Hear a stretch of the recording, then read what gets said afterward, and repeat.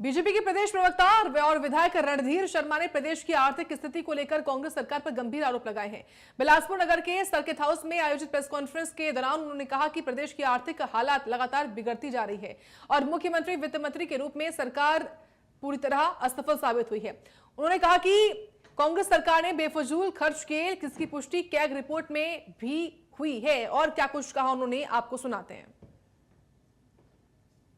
एक साल में 12 महीनों में 13 बार कर्ज लेने की एक नया रिकॉर्ड जो सरकार ने बनाया है, उसको भी कैग की रिपोर्ट में उजागर किया गया है। और आज कर्ज जो है वो 1,08,000 करोड़ से ऊपर जा पहुंचा है, जिसमें मेजर योगदान हमारी इस सुक्खू सरकार का है। इसलिए हमारा मानना है कि ये सरकार आर्थिक फ्रंट पर पूरी तरह से फेल रही।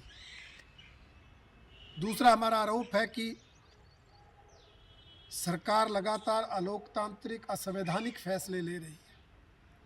जिस तरह से 31 मार्च को पंचायती राज संस्थाओं के आरक्षण में 5% स्थानों पर आरक्षण परिवर्तित करने का अधिकार जिला उपायुक्तों को दिया गया, वो निश्चित रूप से संविधान की धारा 243D का उल्लंघन है।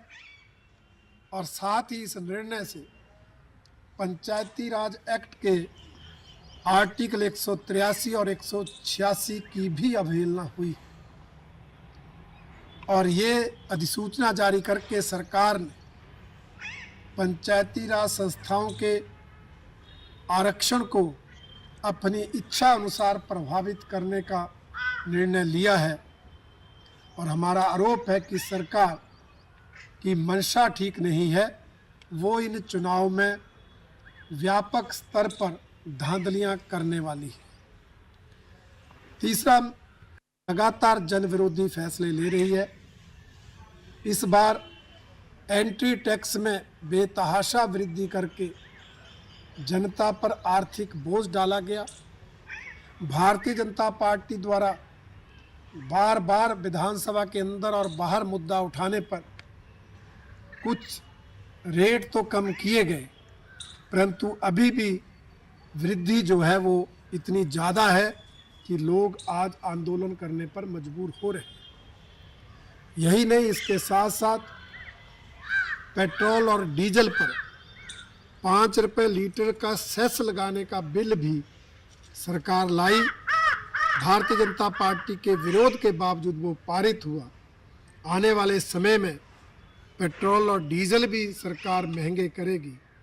इसलिए हमारा आरोप है कि सरकार जो एंट्री टैक्स और पेट्रोल तथा डीजल में वृद्धि कर रही है, इससे महंगाई बढ़ेगी, हमारा पर्यटन प्रभावित होगा और इसकी मार हिमाचल प्रदेश की जनता को झेलनी पड़ेगी। भारतीय जनता पार्टी इन जनविरोधी निर्णय का लगातार विरोध करती आई है और आने वाले समय में प्रभावी ढंग से इनका